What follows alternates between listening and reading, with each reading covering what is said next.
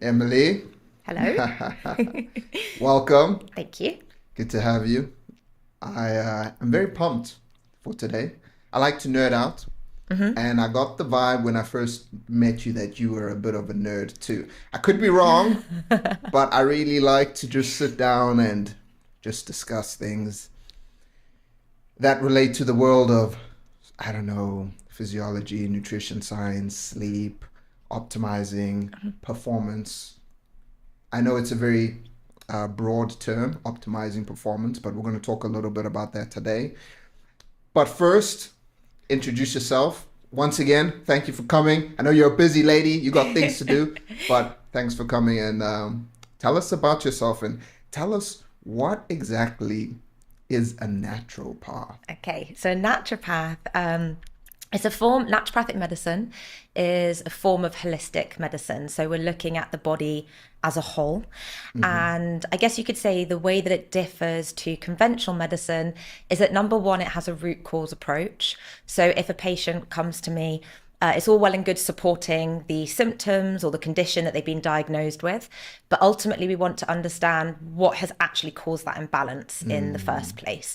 So if we Hmm. take hormones, for example, obviously the reproductive system is under stress, but we want to Hmm. understand what is actually causing that. Is it nutritional deficiencies? Is it poor liver health? Is it poor detoxification, gut Hmm. health, environmental triggers, for example? So, what I do with my patients is I help them understand the root cause and then work on supporting that or eliminating that. And as a result, the body has potential to heal.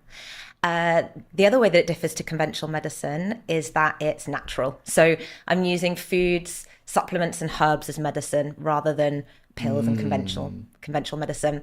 And the way that I analyze blood work as well, because I do use blood work in my practice a lot, I kind of have the evidence based science alongside the natural approach. So, with the blood work side of things, the reference ranges that I use are different to conventional medicine. They're more about where somebody should optimally fall, and the reference ranges are a lot narrower. So, it allows me to kind of pick up on imbalances that would usually be overlooked in conventional medicine. I like that. I like that a lot. So, can you just give us some examples of those reference ranges? Because it's very easy for people to go get some blood work done and then they get these reference Mm. ranges and they don't understand sometimes these numbers are just guiding you in the direction of survival. Yeah. If you do this bare minimum, then you'll stay alive. And like you said, it's not catered towards an individual that's trying to optimize their Hmm. life in whichever regard. It's not there to help you thrive. So I find it fascinating that you have different reference ranges that aren't or contrast what you typically get when you go to the doctor. So can you give us some examples of Yes. those? So we can use the example of testosterone in men if you like. So Mm-hmm. the conventional medicine range, obviously depending on the country, it can vary from country to country, but the conventional medicine range of testosterone, total testosterone is kind of between 200 to 800. And as long as you fall anywhere within that reference range, conventional medicine sees you as normal and there's nothing wrong with you.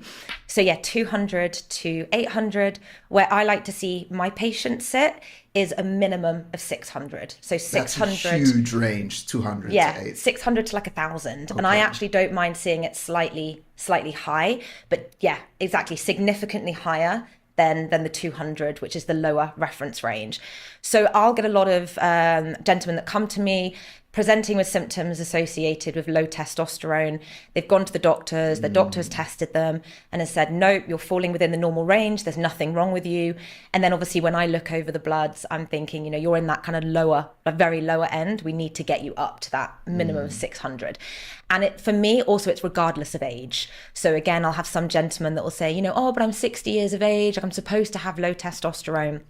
And just because you're 60 years of age doesn't need to say that you have to have the testosterone levels of a 60-year-old. We're obviously looking at kind of biological age. Yeah. So I'm again kind of striving to help Mm. my patients reach that kind of younger biological age as well. Mm. What are some symptoms of low testosterone that you commonly see? So it can actually be quite systemic. Again, in conventional medicine, they kind of just link low testosterone symptoms to the reproductive system. So anything in that down below area, libido, erectile dysfunction, just kind of general apathy, kind of a decline in erection strength or a difficulty in maintaining erection, infertility, for example. But like I said, it can actually become quite systemic. So in naturopathic medicine, we believe that all the systems are interconnected. So if the reproductive system is under stress, it can have a negative knock-on effect to other systems around the body. So if the reproductive system is under stress, it can actually start to impair the nervous system. So you can get things like mood changes, anxiety, depression, insomnia, for example, or sleep issues. Endocrine system can start getting affected. So kind of general fatigue, particularly kind of afternoon or evening fatigue. The integumentary system, the skin, can get affected. So obviously that's like hair loss, thinning of the eyebrows, lack of spark behind the eyes, a bit of kind of slackness in the face, or a lack of plumpness and colour. Lack of spark in the eyes. So yeah, this is what I'm looking at. So when I have my consultations with my patients and they're telling me about all the symptoms they have, I'm kind of looking at the whole picture and thinking, okay, so is it the reproductive system that's under stress, or is it another system that's mediating that knock-on effect? Because nothing exists in isolation. Yeah, exactly. Everything is all connected. Yeah. Okay. And generally speaking, where's a good starting point? I'm sure there's some gentlemen listening to this and thinking, oof, I checked the boxes of some of those symptoms that you have just outlined for us. Of course, just because they check those boxes, it doesn't necessarily mean that they have endocrine disruption. It could mean something completely different. But for those listening and they are concerned with the level of their testosterone, where are some good places to start? Where might you direct them? Yeah, so first of all, what I usually recommend is getting bloods done, so we can determine the kind of overall level of testosterone. And the blood work markers that I specifically like to see is total testosterone. So that's the total amount of testosterone in the body. And then under that, you have free and bioavailable testosterone. So free testosterone is the amount of that total testosterone that's free to be used. So again, gentlemen can be presenting with symptoms associated with low testosterone. They go to the doctor only tests total testosterone. They don't test free. Wow. And again, they get told, oh, there's nothing wrong with you. Your testosterone is in that kind of upper mark, let's say it's 600. But they've still got these symptoms associated with low testosterone. And actually, if the doctor had tested the free testosterone, they would see that actually that testosterone is all bound up and unable to be used. So by testing the two together, it helps me understand whether it's actually physically testosterone we need to increase, like the total amount, or do we need to use herbs and lifestyle measures and foods to separate that free testosterone and free it up? Testosterone from SHGB. And yeah, exactly. So you can test SHBG as well. I do quite like SHBG to be tested because, again, we can determine whether free testosterone is bound to SHBG, which is a protein that binds to it and basically kind of renders it inactive. If SHBG is normal, then there's something else binding to that testosterone. And usually what's going on then is the xenoestrogens, which I'm sure you've heard of. So those kind of chemicals that we're coming into contact with, like BPA, plastics, skincare, pesticides, things like that, pollutants. The xenoestrogens in those, the clue's kind of in the name, xenoestrogen, like mimic fake estrogen. What xenoestrogens do in the male body is they bind to free testosterone and render it inactive. What the xenoestrogens also do is they accelerate the conversion of testosterone into estrogen as well. So yeah, it's kind of like a double whammy there. It's quite the cocktail. Yeah. So by testing SHBG, that allows me to understand, is it SHBG or is it xenoestrogens that need to be supported and minimized and reduced? And then on top of that, for me, what's really important is getting estrogen levels tested. So again, it's all about the ratio between the two, the ratio between testosterone and estrogen. So again, a gentleman can have good levels of testosterone, good levels of free testosterone, total testosterone, but still be presenting with symptoms associated with low testosterone. And it's because the ratio between estrogen and testosterone is thrown off. So we'll use the example of my dad, for example. So we got his testosterone levels tested, and he had really good levels. He's in his 60s, and I think he had 800, which is pretty good. Yeah, very nice. But losing his hair, bit of a beer belly. Yeah. And anyway, we got his estrogen levels tested, and like off the charts. So it was putting him into that low testosterone state, let's say. Was he drinking quite a bit? It was, because that can also at the time it was sugar, drink, a lot of dairy as well. So outside of the pollutants, what are some other things that you have found that are commonly causing these drops in testosterone? Cortisol imbalances as well.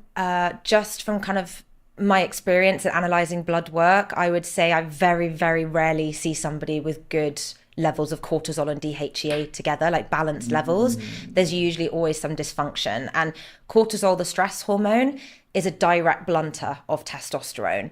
So if cortisol becomes dysregulated in men, then it can actually shut off the reproductive system. So that's the endocrine system, cortisol having a negative impact on the testosterone levels, the reproductive system. Because they compete for cholesterol. They both have the same precursor. Yes, exactly.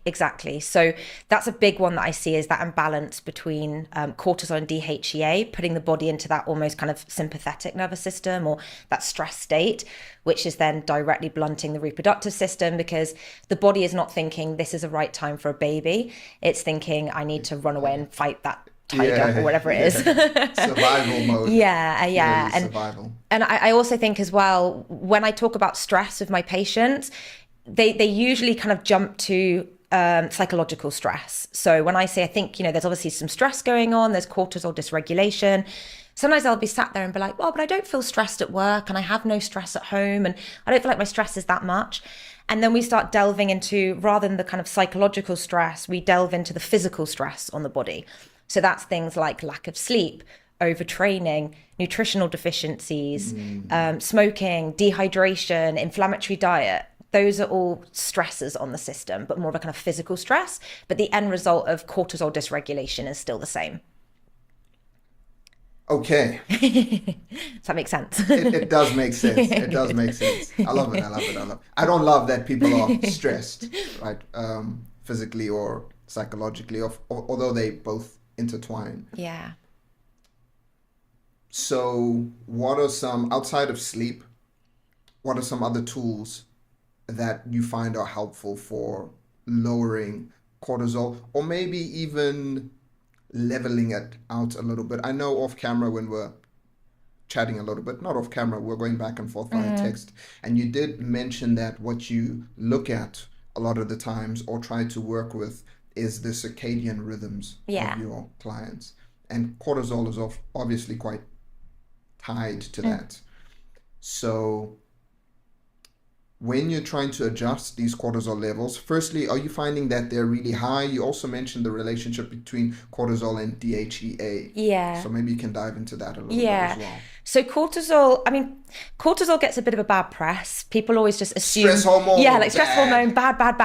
But actually it does have function in the body. So it's in healthy amounts, it's anti-inflammatory. It's just in high amounts, it's inflammatory. And it's also a hormone that wakes us up in the morning. So people would not wake up if they didn't have cortisol.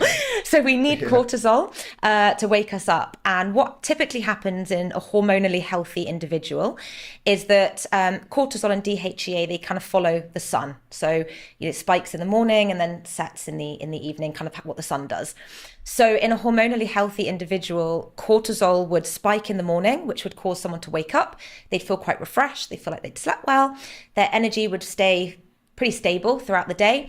And then it would decline in the evening, and they'd go to bed. They'd fall asleep within kind of 5-10 minutes. They might wake once, but they would fall asleep fairly quickly again. And then they'd wake up in the morning feeling refreshed, and the whole cycle starts again. I'm pretty sure that like 90% of your listeners won't experience that on a day-to-day basis. So kind of kind of going back to that kind of symptom analysis, like we were talking about with the testosterone, cortisol dysregulation also gives particular symptoms. So if cortisol is too high in the morning, i.e. it spikes too high, the symptoms that somebody is likely going to get is that they're going to wake up almost like a kind of bam, wide awake. There's no kind of like, oh, okay, like that. Yeah, there's no like grogginess. Yeah, it's like a boom, but it's quite an erratic. They feel quite energized, but it's quite an erratic energy where they're kind of like, pinging around. I need to do this. I need to do this, and it's quite, like quite a jittery energy. They might also find that if it's particularly high, they might wake up kind of clenching their jaw or grinding their teeth and things like that. And then sometimes, not all the time, they'll kind of come crashing back down to earth at around 10 or 11 o'clock. They'll get a slump. So for me, that's kind of classic high cortisol symptoms. If cortisol is too low, so it doesn't spike like we'd want it to, that person is likely going to wake up feeling like they've been hit by a bus. So even if they've got 7 or 8 hours sleep, they're not going to wake up feeling like they're refreshed. And it can take anywhere between 30 minutes to 3 hours to get going. And often there's a reliance on coffee. So this is actually a question that I say to my patients. Are you having that coffee because you like it, or are you having that coffee because you need it? And if they're saying I need it, I'm thinking, possibly there's low cortisol in the morning. It can be thyroid too, but obviously those are quite closely entwined anyway. And then if somebody has a drop in cortisol in the afternoon, so remember cortisol is meant to slowly decline as the day goes on. If it slumps too early, they're likely to get a 3 or 4 p.m. crash in energy, which I know a lot of my patients get. So that's kind of low cortisol in the afternoon, too low. And then in the evening, if your cortisol is high in the evening, so remember it's meant to be low. So it's almost like that kind of balance has swapped. Usually what happens is people get a second wind of energy. So they'll perk up in the evening and they'll say, oh, I feel fantastic in the evening. I get all my work done. I'm super productive. But usually it comes with lying in bed with racing thoughts, overactive mind, kind of overthinking, spiraling, things like that. Not falling asleep very quickly as well. So I typically like to see somebody falling asleep within 5 to 10 minutes. If it's taking them longer than that, for me, that needs investigation.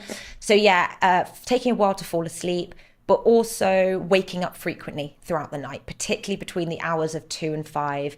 And again, it can be that kind of clenching jaw, grinding the teeth and things like that. So based on the symptoms that a patient is presenting, I can kind of pinpoint whether I think it's high cortisol, low cortisol, and then we can support that accordingly. But just going back to your question about the circadian rhythm, you can see how cortisol can impact the circadian rhythm, particularly if it's high at night, because it's a hormone that's meant to wake us up in the morning.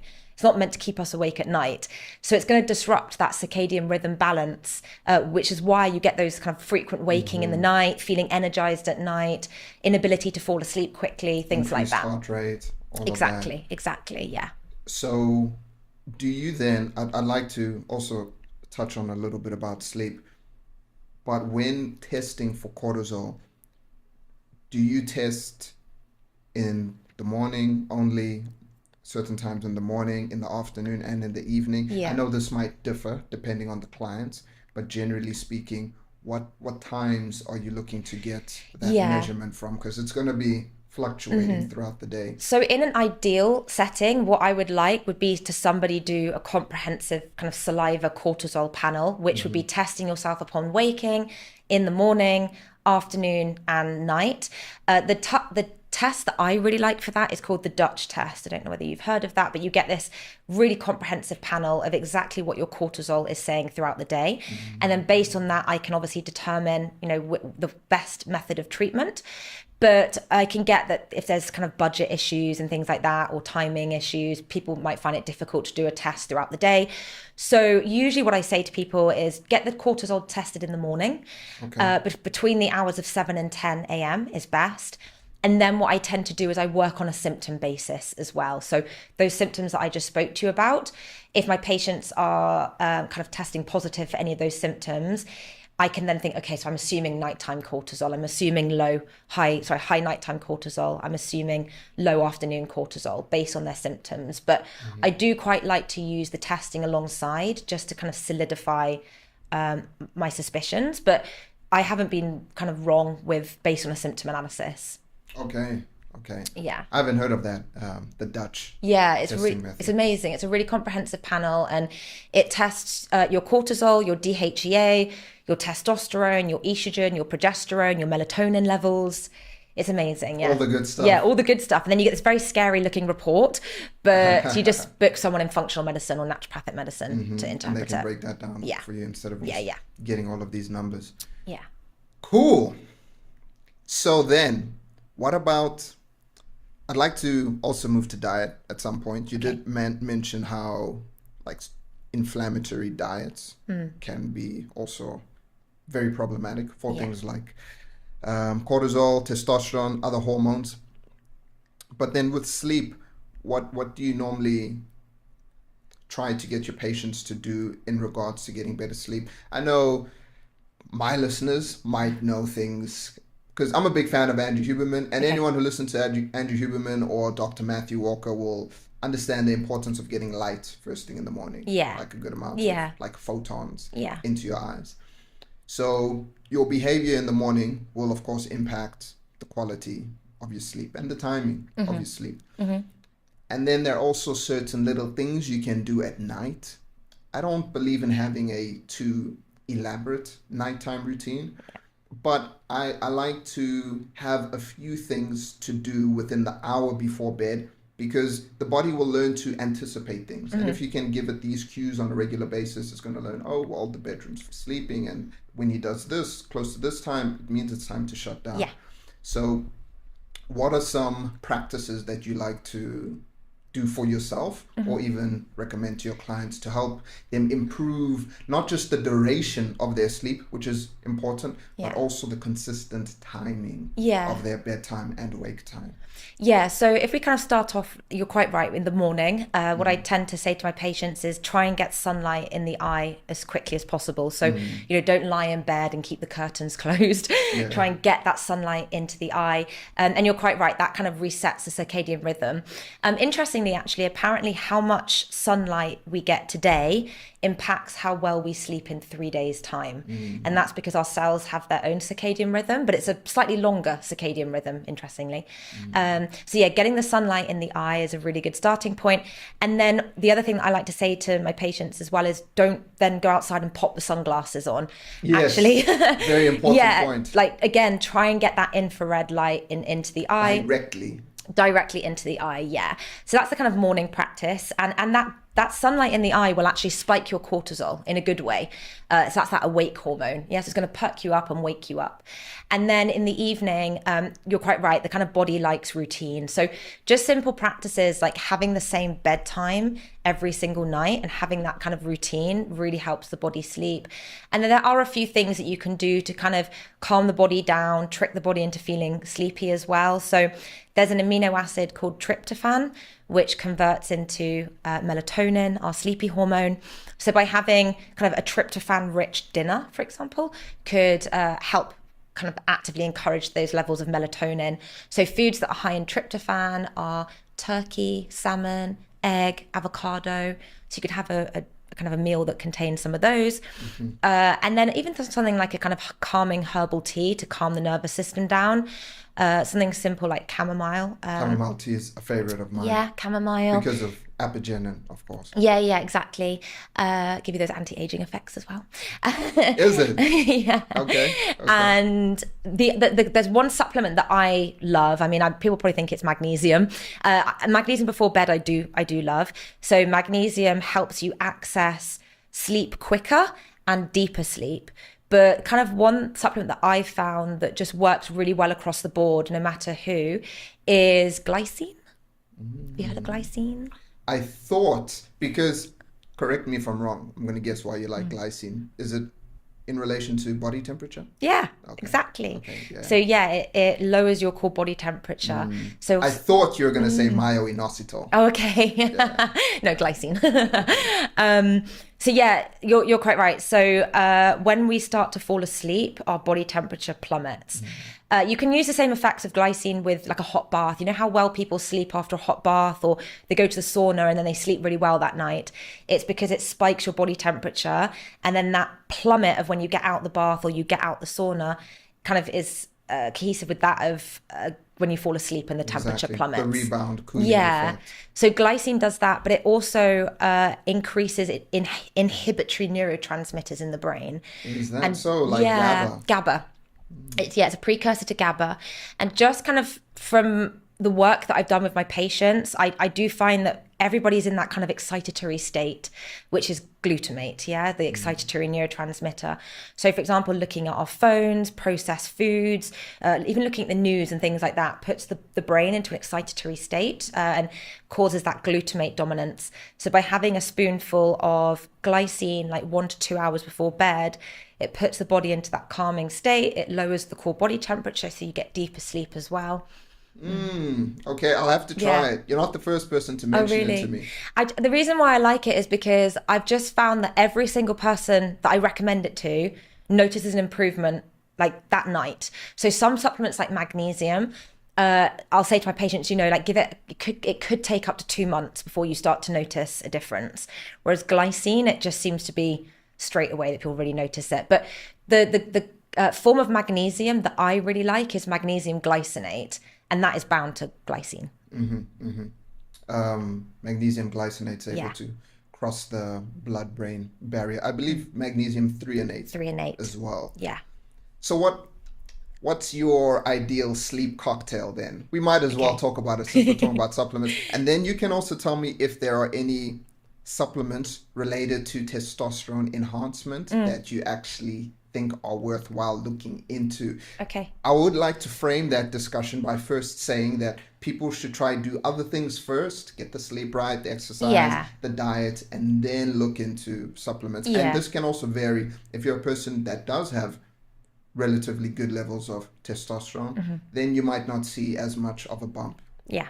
In contrast to someone who's got low levels, they might use a supplement and find it's a lot more has a lot more enhancing effects. But with sleep, give us your cocktail. Okay, so it's a mix of some supplements and then lifestyle measures. Can I talk about the lifestyle stuff as well? So like I said, I'm very strict. I get into bed at least an hour before I want to go to sleep, so I can properly wind down. I strictly have no looking at phone after 9 o'clock, and I turn that orange setting on my phone at around 7 p.m. I lie in bed. I in an ideal situation, I would love to say, I read before bed, I read before I go to sleep, but the majority of people come on, we do sit and watch something. So I do lie in bed and I do watch something on my laptop. But what I do wear is I wear those, there's the blue light blocking glasses, but I go a little bit step further than that, and I do blue and green.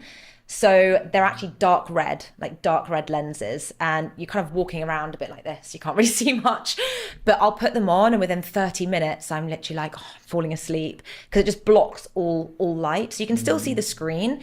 It just blocks light properly getting into the eye. So you do get sleepy quite quickly, which is amazing. And then I tend to have, I have glycine in the evening. I have a spoon around 1 hour before I get into bed. And then occasionally, I might take something like a reishi or a magnesium, but I've just find that my sleep is so good, I haven't really needed supplements. Okay. But patients that kind of do struggle with sleep, it depends on the symptoms. So, for example, if you're somebody who's lying in bed with racing thoughts and the brain is spiraling, the supplement that I really like is holy basil. That kind of calms the mind down. If it's just general kind of high cortisol levels or any of those symptoms that I've spoken about, with the inability to fall asleep, waking up throughout the night, things like that, for me, L-theanine is a really nice one. Oh, I thought you were going to say ashwagandha. Or ashwagandha. But the thing that I found with ashwagandha is that it's a cortisol modulator. So if your cortisol is low, it brings it up. And if your cortisol is high, it brings it down. So I made the mistake in the past of just taking it before bed. And actually, when I had kind of adrenal dysfunction, my cortisol was low in the evening. And then what it would do is it would spike my cortisol. And then I'd be lying in bed like, oh my God, I feel so wired. So I do tread carefully with ashwagandha, if I'm honest. And L-theanine I've just found to be that one that specifically lowers cortisol. I take L-theanine every day. Yeah. Not at night, just with coffee. Yes. And then I don't get with the jitters. coffee. Yeah. Do you remember what dosage you're taking the ashwagandha? Because I know, as far as I have read, the studies looking at the significance on sleep in relation to ashwagandha are at a gram and above. Okay. Do you remember how much you were taking? I was taking 400 or 600 milligrams. Yeah. Okay. Yeah. So just with herbs in general, I tend to work low and slow with herbs. So yeah, I was taking a lower dose, and I found that it was like, yeah, causing me to quite be white. But everyone's Interesting. different, right? Yeah. How my body reacts to ashwagandha is going to be completely different to how your body reacts. I know some people that will take ashwagandha and the next day they're just flat. Oh, really? Just Okay. like Yeah. flat. Or I will always recommend people to not take it in the morning because of that cortisol blunting effect. Because if you're blunting cortisol, cortisol is also very good for the immune system. Yeah. So it's going to have like an immunosuppressant effect. Yeah. I noticed that in myself when I first started using ashwagandha. I'd take it in the morning, and then like days later, I'd always be like, Oh, and I don't interesting. really get sick, knock on wood. You know, I pride myself on my immune system. Pretty robust. But I'm like, what is going on here? And then I put it away, and then I tested it. I'd put it away for like Wow. 3-4 weeks. I'd reintroduce it. 3 days later, I felt like I was coming down with something. Ah, interesting. Oh, Yeah. okay, yeah. Yeah, so that's just why it's not that I'm opposed to ashwagandha, it's just that I tend to tread a little bit more carefully with it. Okay. Yeah. What about testosterone and supplements? Okay. There's a lot of people spend a lot of money on supplements. So I find there's obviously these kind of like buzz supplements out there at the moment that increase testosterone, like Fidogia agrestis and Tonka Ali.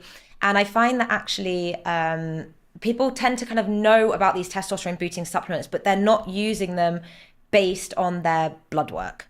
So for example, if your total testosterone is low, then Fidogia agrestis is the one that you want to supplement. If your free testosterone is low, Tonka Ali is the one that you want.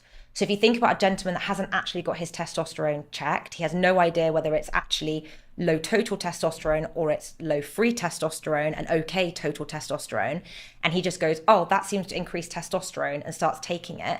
If it's not the right herb based on his blood work or his need, then he's not going to notice a difference from it. So that's kind of where I guess I come in, or that's where blood work can come quite nicely in, is helping men understand whether it's the total testosterone or the free testosterone that needs support, and then based on that, choosing the correct supplement. Yeah. And then there's other hormones that can play a role as well, like prolactin, for example. So if prolactin is elevated and it's directly blunting testosterone, if you're going on those testosterone boosting herbs, but it's prolactin that's the issue, you're not going to notice an improvement. So again, you can test prolactin. If that's high, then work on minimizing that. And supplements that are quite good for prolactin are evening primrose oil, ginkgo biloba, omega-3. Ginkgo.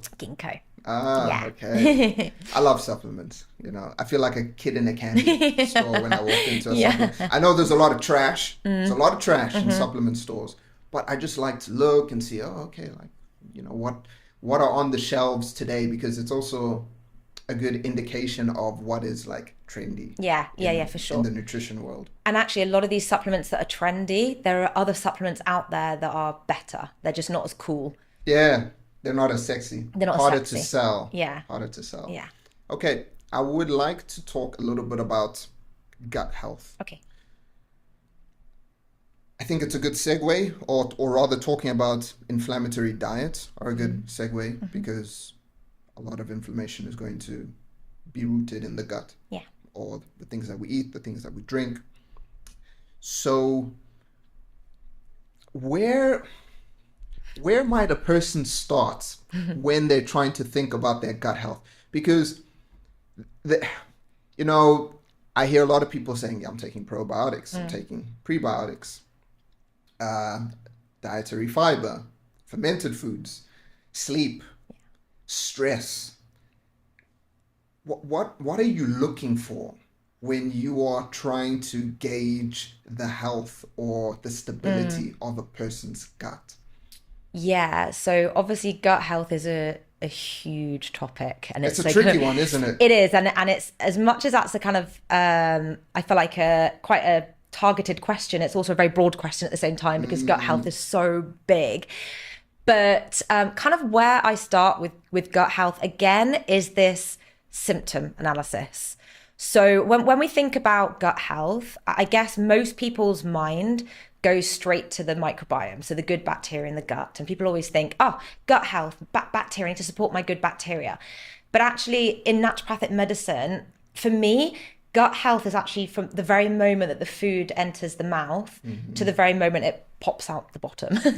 And any issue along the way is going to either impair breakdown of food, or it's going to impair absorption. And both of those can contribute to gut issues. So yes, the microbiome does play a really pivotal role in gut health, but so does stomach acid, so does the gallbladder, so does the pancreas, so do the intestines, so do the intestinal lining.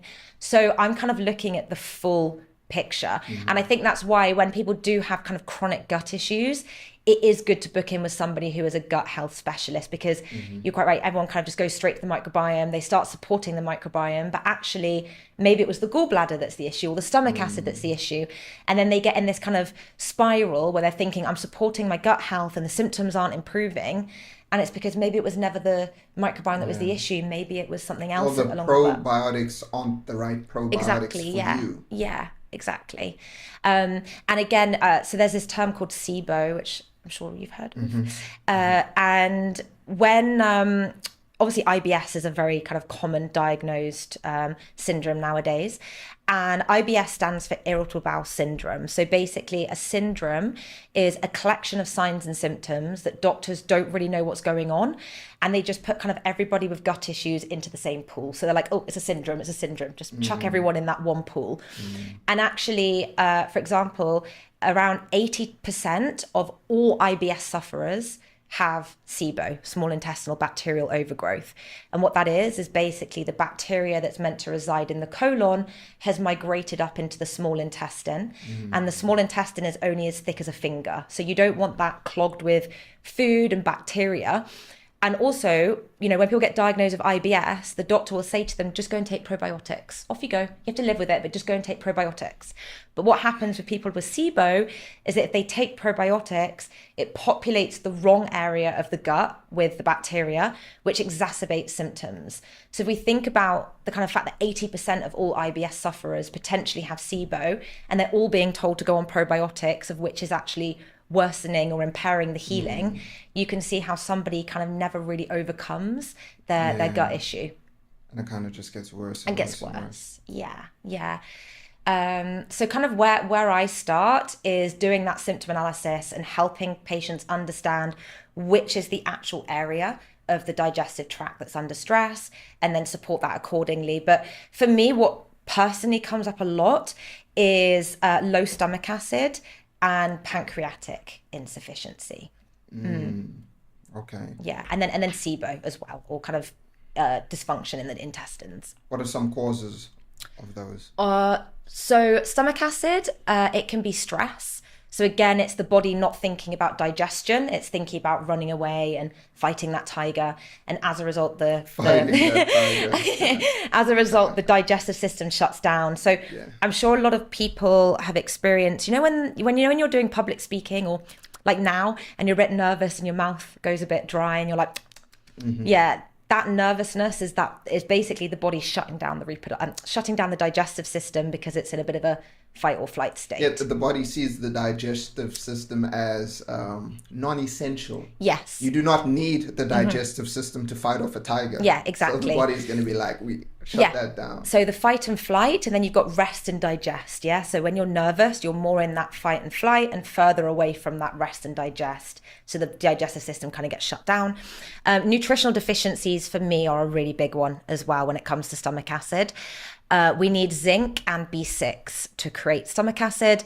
And I've just kind of found through general diet analysis and just through listening to podcasts and things like that, zinc is a nutrient that a lot of people are lacking. Firstly in the diet, but also if they are eating zinc-rich foods, the likelihood is that actually there's not that much zinc in there.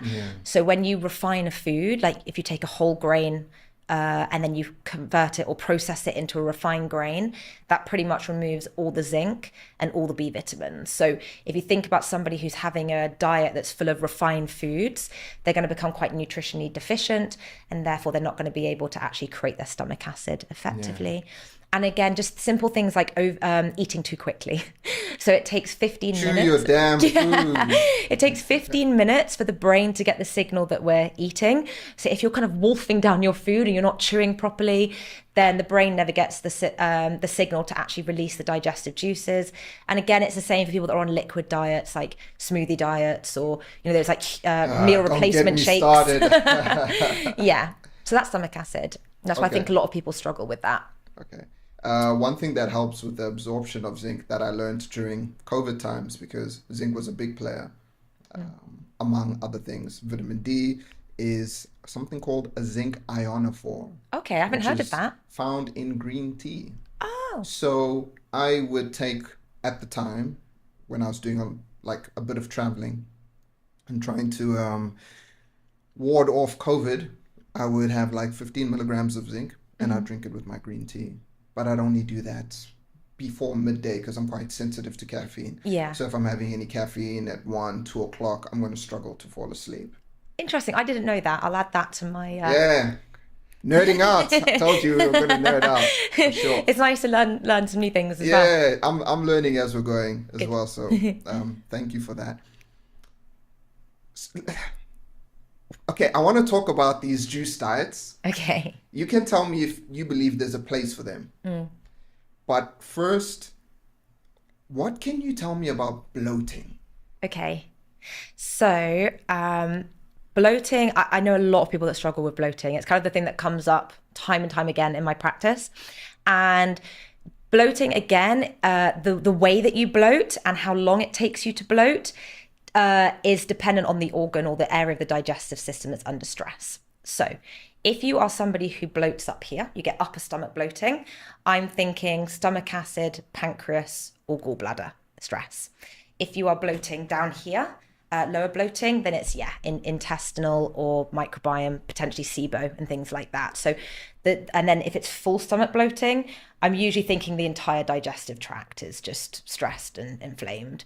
And then depending on the timing as well is quite important. So if you bloat immediately upon eating, I'm usually thinking stomach acid.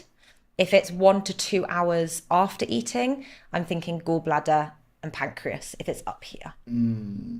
Okay. Yeah. Another symptom of that type of protruding belly is also a sign of insulin resistance in some people as well. Okay. No, because bloating, I hear a lot about it as well. Yeah. I get asked questions about it, but I don't know too much about bloating. So thanks for sharing that. Yeah. Now, about the juice diet. What do you think about juicing? Do you think there's a place for juicing? Now, detox is a huge word on social media these days. Detox. Sometimes I roll my eyes when I hear these things. I know there is a place for your body to be able to detox. It's very important, right? And there are some things that can aid in the function of like your liver, your kidneys, and these filtration systems in the body. However, maybe it's just my algorithm on Instagram, but when I see people talking about detoxing, it's just to sell a product.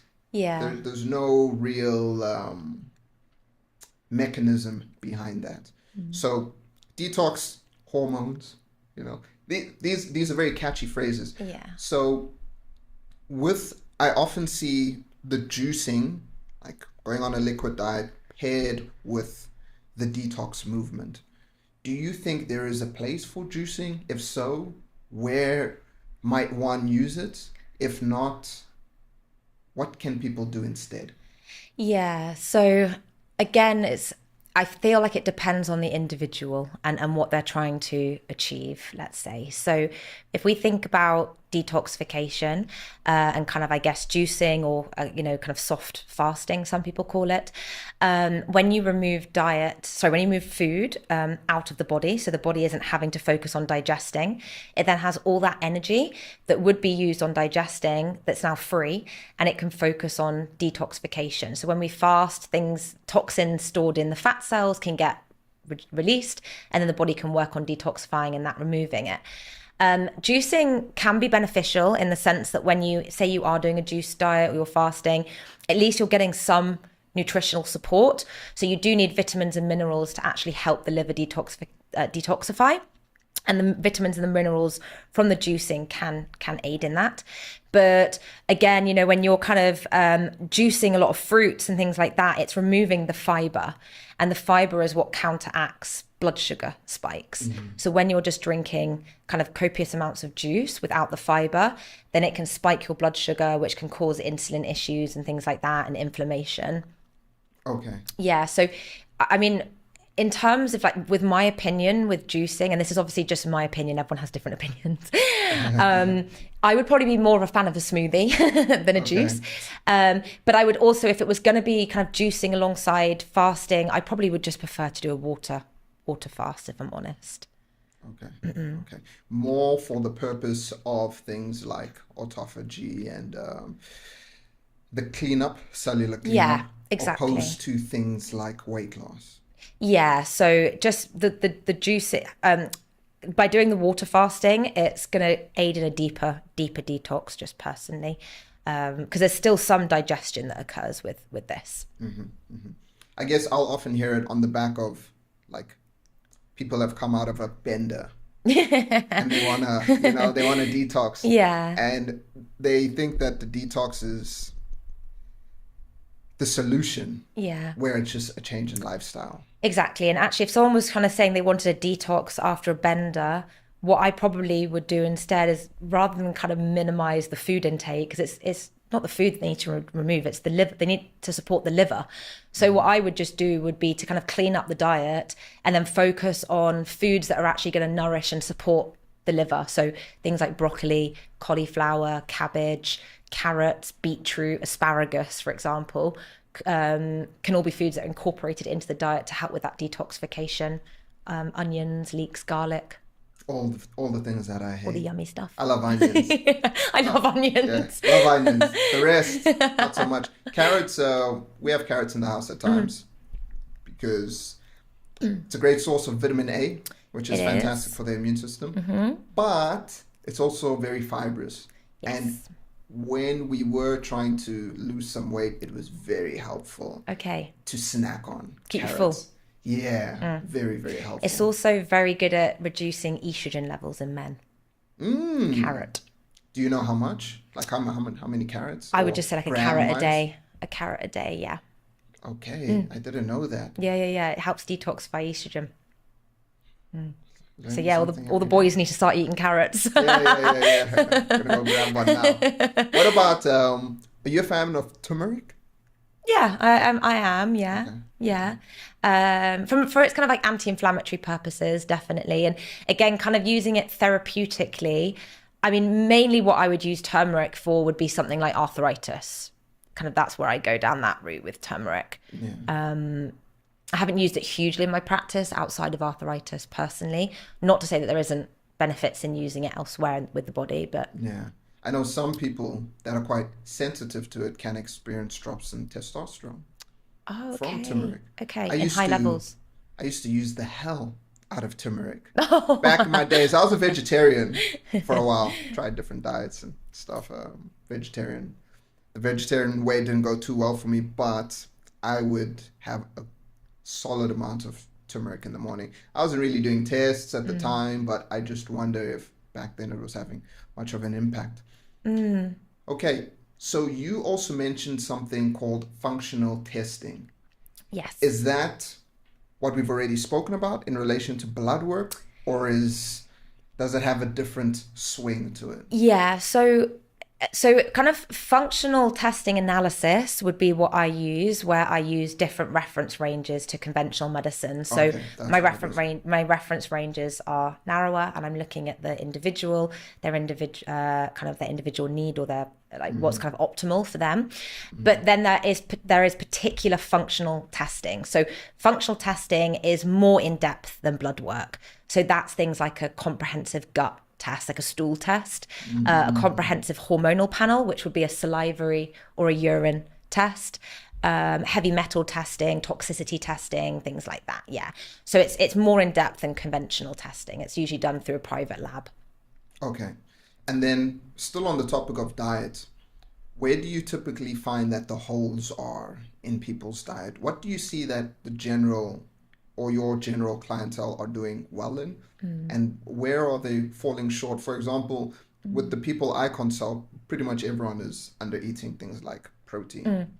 And then um, people are running away from dietary fat Yeah, because low fat products are marketed as like healthy. yeah. So that's a common one that I see. But in your practice, what do you generally see there, and where do you like to direct your clients? Yeah, exactly. So protein and fat are the two that tend to be lacking. And I think it's just, education. Those like pie charts that you used to see in the doctors, and it's how to build your plate. And it says Yeah. this much should be carbohydrates and then this much protein. And then they say like this much be fat. And Yeah. I think the serving size is like no more than a thumb size piece of fat on your Mm, plate.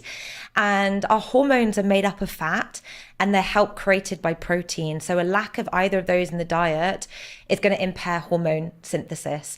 And I see this a lot with women because, again, we know women are conditioned to kind of fear being overweight. And as a result, they're scared that fat is going to make them fat and they're scared that protein is going to make them bulky. So yeah. they kind of minimize both of those from the diet. So yeah, definitely fats and protein and a lack of those. When I'm building my patients' plates, and this is for both men and women, what I kind of like to see if we're looking at like boosting hormones and supporting hormones is 40% fat, 40% protein, 20% carbs.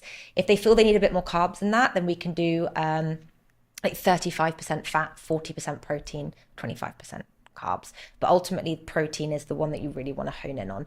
I also kind of look at around a minimum of 1.4 grams per kilogram of body weight. And that's usually somebody who's fairly kind of sedentary.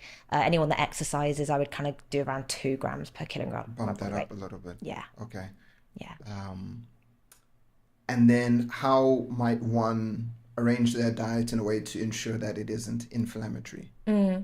So it's choosing whole foods to begin with. So trying to avoid the refined foods like white bread, white pasta, white sugar, things like that. Eating, where possible, organic for me. I mean, I'm such a big fan of organic food, and there's a few reasons why. Number one is that obviously the non-organic food is so covered in chemicals nowadays.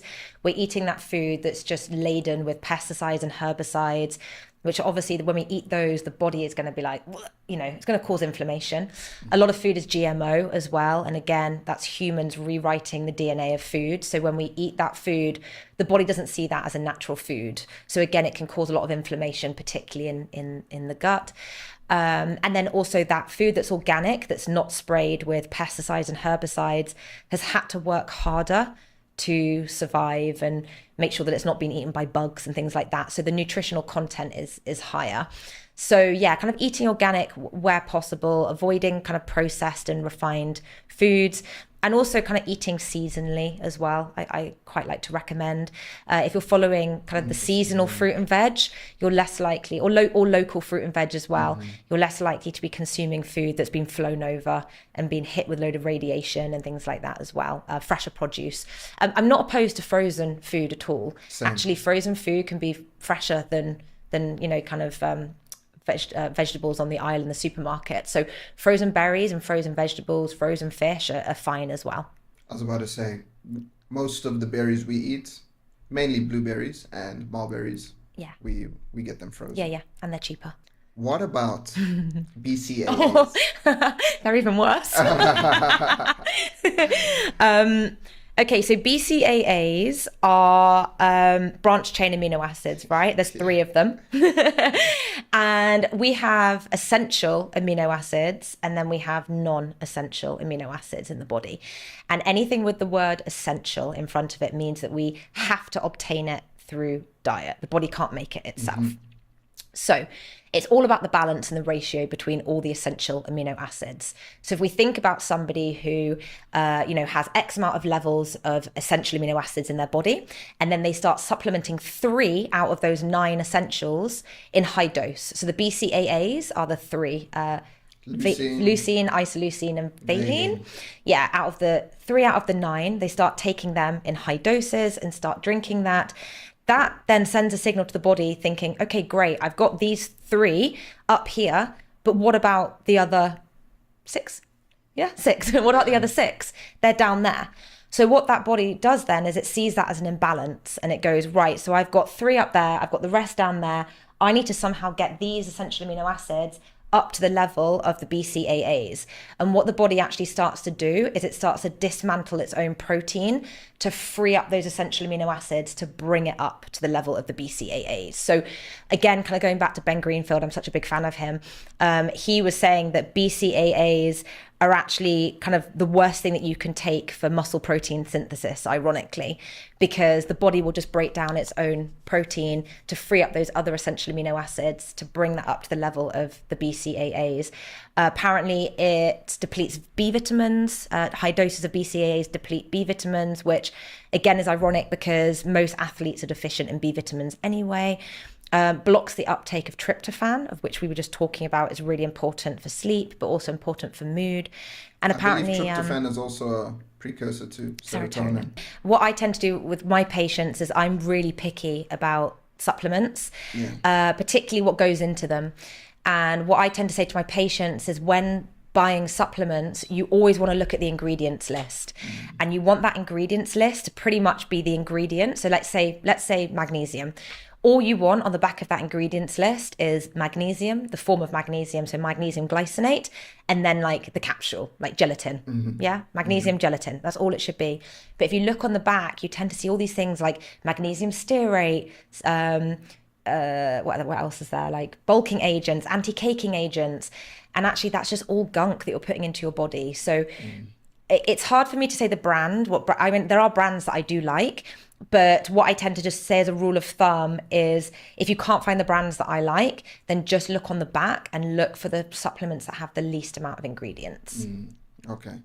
And then with BCAAs, for me, the only argument for BCAAs is people on a vegan diet.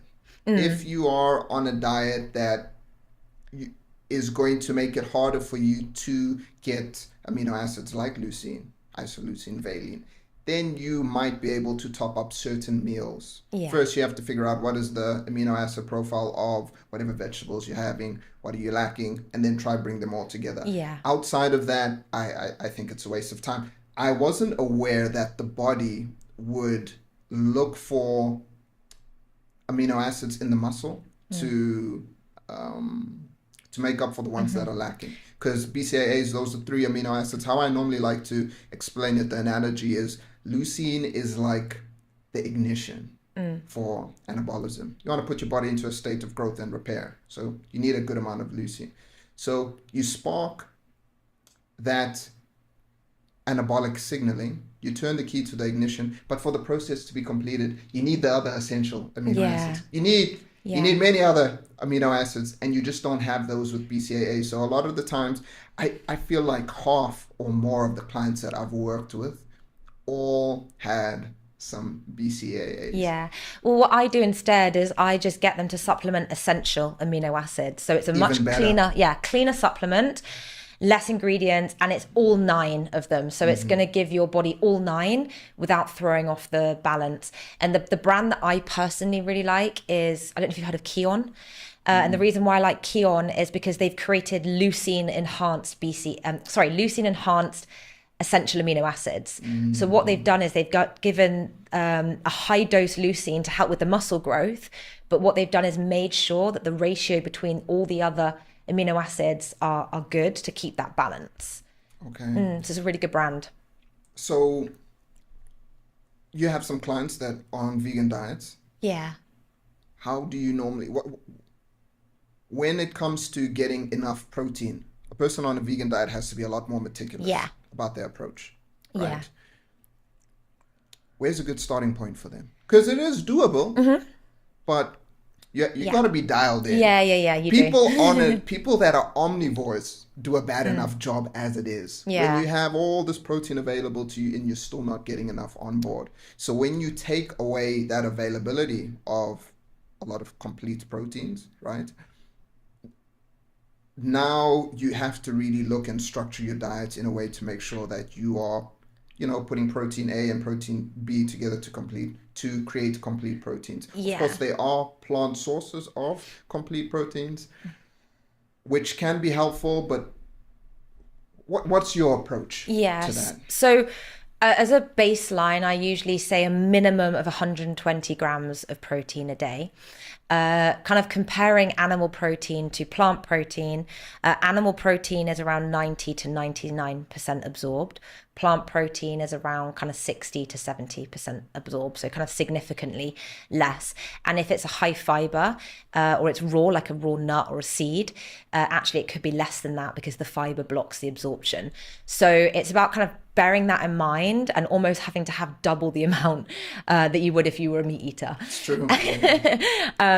And then what I tend to do is say to my patients, build your plate cleverly. So there are ways that you can naturally consume all the essential amino acids that the body needs on one plate. But what you have to do is make sure you're having multiple different protein sources. Exactly. So don't just think, oh, it's fine, I'll just have some peanut butter and then not have any type of other protein, because that peanut might only have a handful of the essential amino acids that the body needs. So, for example, apparently combining rice and a handful of nuts gives you all 9. Rice and a handful of seeds does as well. And lentils and a handful of nut, I think, does too. So, yeah, you can get up to that 99% absorbed through tofu, like soy and legumes, but I'm a little bit on the fence about soy, if I'm honest. Especially if we're talking about people that have thyroid issues. Yeah, and estrogen issues and things like that. So 3 times a week is okay, but a lot of vegans, they rely on tofu and soy as being their kind of main dominant protein intake, and I don't know, I do get a bit like about it. So what I tend to say to them is essential amino acids, having 1 to 2 scoops a day between meals is at least going to give you exposure to all of those essential amino acids that the body needs. Yeah. And how practical is it for them? Do you find with those clients that it's easy for them to get enough protein, saying they're getting all their protein from food sources? I've never been on a vegan diet. I've worked with clients, vegetarian, vegan, whatever. My girlfriend used to be a vegan when we met. Oh, really? So I have lived with one. Okay. However, her trying to get enough protein was a challenge. Yeah. Particularly, for somebody who exercises, and then we were saying you need that a minimum of 2 grams per kilogram body weight, plus then you take into account that only 65%, 70% is going to be absorbed. So you need even more on top of that. It can be very challenging. And I do believe that it's possible to get enough protein in. You just have to be very kind of like, really planning. And actually, as much as I'd love to say that I support my vegan patients completely naturally, I usually do recommend that they take essential amino acids just because it's that 99.9% absorbed. So they're going to get that kind of like high absorption rate. And then even looking at things like kind of vegan collagen as well, just to get at least some collagen, because typically vegetarians and vegans, they tend to be quite deficient. Well, they do tend to be deficient in collagen, creatine, and then amino acids like, I can't remember which one, tyramine. I have to look at that. But sure, there's like quite a few of them that they tend to specifically be deficient in. Okay. You're going to get some hate for that. Yeah. Zinc as well. They tend to be very deficient in zinc as well. Every time I talk about carnivore, vegan... But I was vegan. I was vegan for 5 years, so I feel that I can give my opinion because For 5 years. I was vegan for 5 years and it messed my health up. And that was me kind of knowing how to do the vegan diet as well, with my training and everything, and trying to make sure I got enough protein. But I didn't get a period for a year when I was vegan. No matter how much protein I ate, I just wouldn't gain any muscle mass either. I was so skinny and kind of nutritionally deficient. And that was me doing it as well as I could. And the only reason I stopped being vegan was because I went back to my dad's at lockdown and he couldn't really understand the vegan diet, and he kept feeding me like soup with beef stock in it. And I was like, Dad, I can't eat that. So anyway, we decided to compromise, and I was like, fine, I'll eat egg and fish. And just by having kind of eggs back in the diet, like once a week, fish once a week, My periods came back, my hair started growing back, my anxiety disappeared. So yeah, like I feel that the vegan diet, although it can be done well, is very hard to do it well without a reliance on supplements and things like that. Yeah. 5 years. 5 You years. stuck it I stuck it out out. for 5 years. Yeah. And when did you switch? How long ago was that? It was probably just before I came to Thailand. So let's say 4 years ago, Okay. 3.5 years ago, I started eating meat and felt the best I've ever felt, like genuinely. Okay. Yeah, yeah. Yeah. Paula as well had a severe B12 deficiency. Oh, really? Yeah. She was passing out all Oh, over the wow. place. Wow. Just nervous system not functioning the Yeah. way it should have been. Yeah. Really, really exhausted, high levels of fatigue, and on and on and on and on. It could also just be a selection bias on my behalf because of the vegans I've worked with. They tend to be the ones that I've seen the most joint issues in as Okay. well. Now I'm not saying this is the case because of the vegan diet. It's just that you, a person that knows what you're doing, had a hard time with it. Yeah. So another ordinary individual that doesn't have the same level of insight, education, and knowledge Yeah. as you, not able to apply that they're going to wind up in a much deeper hole that they're going to have to dig Yeah. themselves out of. And I find that because a lot of vegans, like they're not coming to me because they're vegan and they want meal plans. They're coming to me because they want some support with their health and they just happen to be vegan. And I've just found that the vegans that come to me for support with their health are usually the ones that are struggling with gut issues because they're quite nutritionally deficient and therefore their body doesn't have the resources to actually create digestive juices, create digestive enzymes, create stomach acid. So therefore they get the gut issues. They're usually struggling with hormonal issues as Kidney well. stones? I haven't had any kidney stones personally, but yeah, that could be an issue. But certainly gut issues, hormonal issues, and mental health issues are the three that, when vegans do book me in, those are usually the three that they're struggling with. I don't often hear about the mental. That's not often discussed. The Yeah. piece on mental health. Yeah. So depression and anxiety is actually quite sick. The risk of being diagnosed with depression or anxiety is actually quite significantly more if you're vegan. Phew. Okay, so to pivot a little bit, you mentioned off camera that you find that, is it, correct me if I'm wrong, men's health in your experience is underaddressed. Yes. In which ways do you think? I think it's kind of looking at, like I kind of mentioned it already, but for me, it's looking at the imbalance between testosterone and estrogen in men. So in conventional medicine, I do find that they look into testosterone. So if a man came to the doctor and he had erectile dysfunction or low libido, testosterone would be addressed and it would be looked into.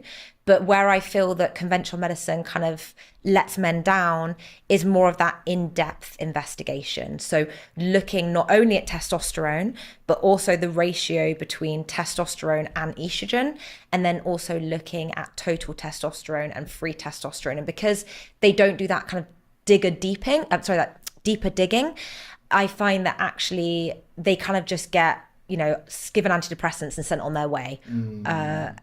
So that's kind of where I find that the men get let down a little bit. Okay. And then when it comes to optimizing performance, which we spoke about right at the beginning of the talk, just want to circle back to that. In which areas are you trying to optimize performance for your patients, or where are they falling short the most? Yeah, so I mean, I kind of use myself as a guinea pig. So I'm quite into the whole biohacking scene. So tricking the body into performing better and then pushing past the kind of typical limitations of the body. And then just based on what I've found has worked, I then kind of recommend those practices to my patients. So usually it's kind of people that want to perform better, be able to push harder. So like Muay Thai, for example, some of my patients or some of my clients, they're Muay Thai fighters and they want to just push harder and push faster in their competitions and things like that.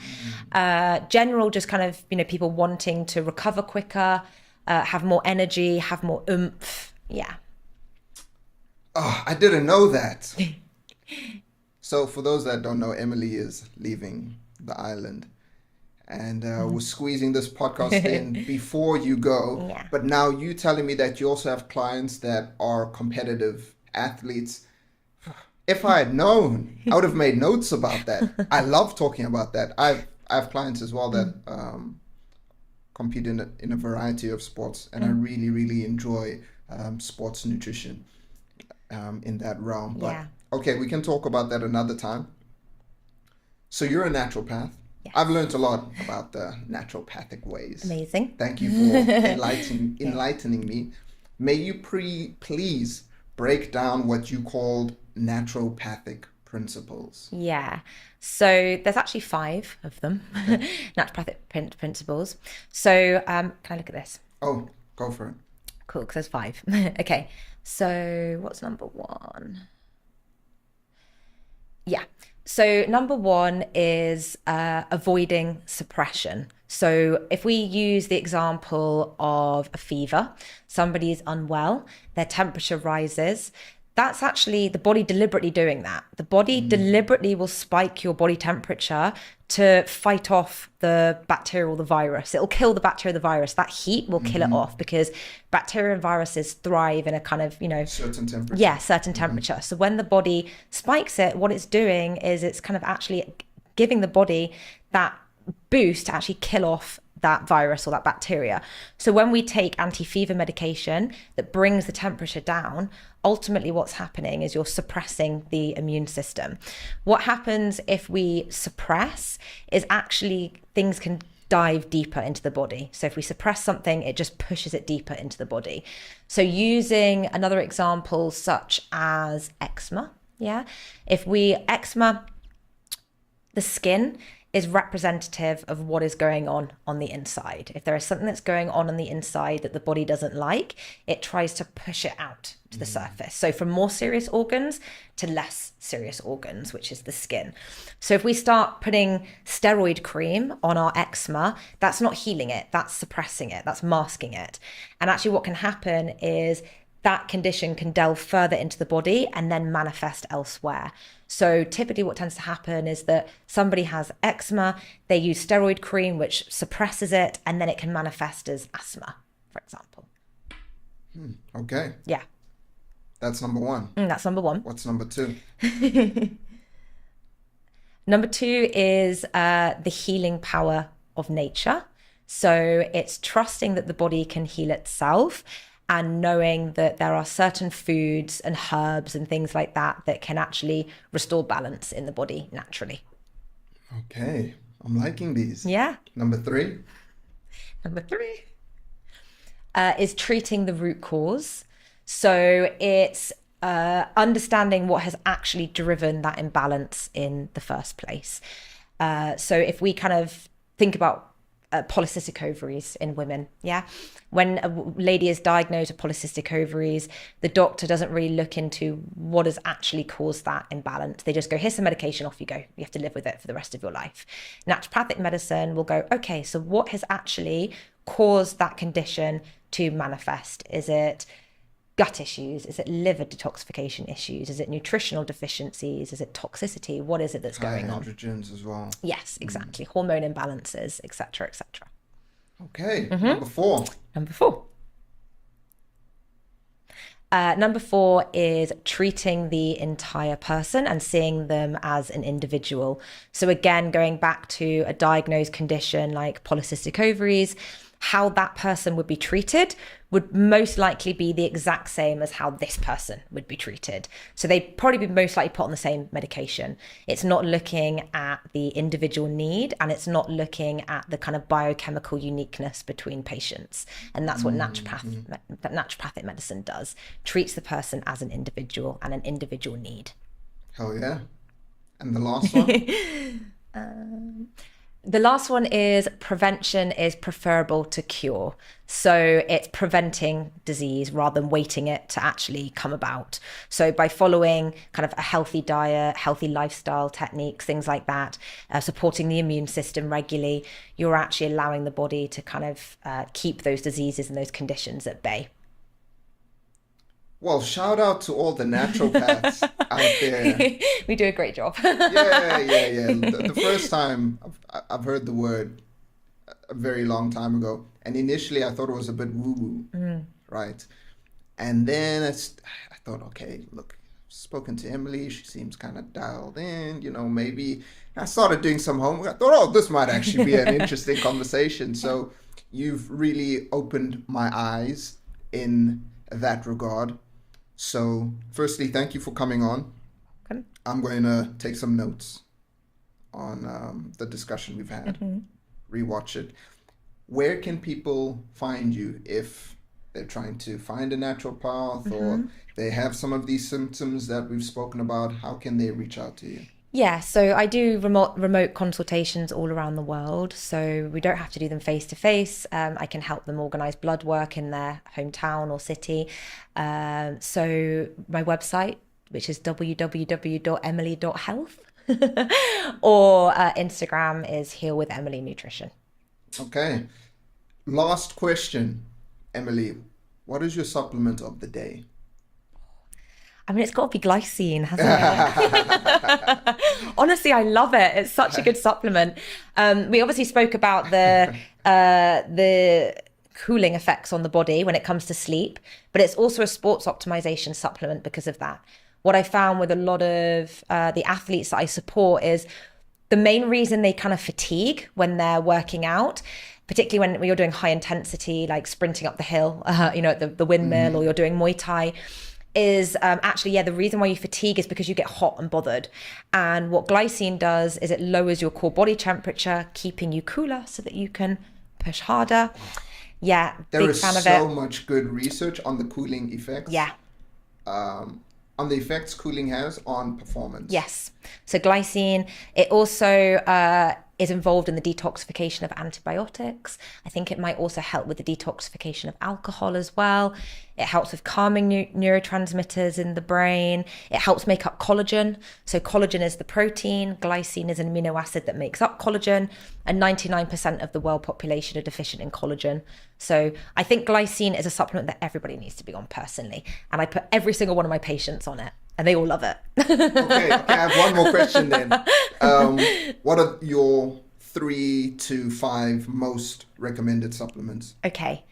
So glycine is the first one. The second one is collagen powder. My favorite is hydrolyzed grass-fed bovine collagen peptides. Let's go. Rolls off the tongue quite nicely. Just because, like I said, 99% of the world are deficient in collagen, and most people are getting less than 5% of their needs. And collagen doesn't just help with hair and skin and eyes. It helps with hormones. It helps with the lining of the gut. It's muscle. And actually, we have more collagen in our bones than we do calcium. Connective tissue as well. Connective tissue. So yeah, collagen, glycine, magnesium. I do think that everybody needs to be on magnesium personally.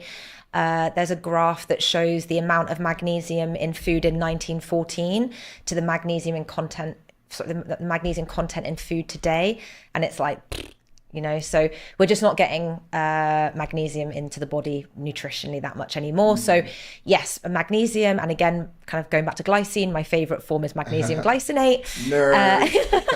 So those 3. And then the one that I really like personally, and I use a lot in my practice, is cordyceps. Interesting. And the reason for this is it's a medicinal mushroom. And it just seems to Out of all the medicinal mushrooms, I find that it is the most, first of all, the most potent one, but the one that seems to support the most. So it helps increase testosterone in men. It helps boost hormones in women. It helps with fertility in women as well. It's a very good menopausal supplement too. It helps with liver detoxification. It helps with stamina in the sports field, but also the bedroom. It's an adaptogen, so it's going to help regulate cortisol levels. So yeah, that's kind of like my stack. That's what I take every day, those four. Okay. Could you repeat those four? Glycine, hydrolyzed grass-fed bovine collagen peptides, magnesium glycinate, and cordyceps. Okay. Okay.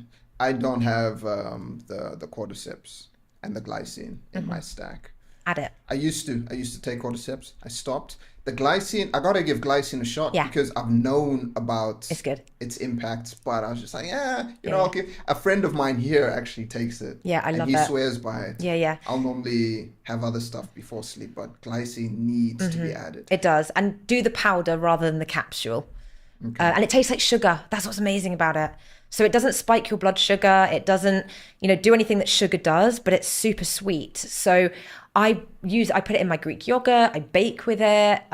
People can put it in their coffee instead of sugar in the morning. So it's also a very good supplement for anyone that has a sweet tooth that is obviously trying to stay away from sugar. This is going to be a new favorite of mine as well. Yeah, it's so good. I can tell. Well, Emily, thank you for your time. I have to have you back on. Please, I have to have you back on next time. I would like to talk a little bit more, a lot more actually, about sports performance, supplements, diet, recovery.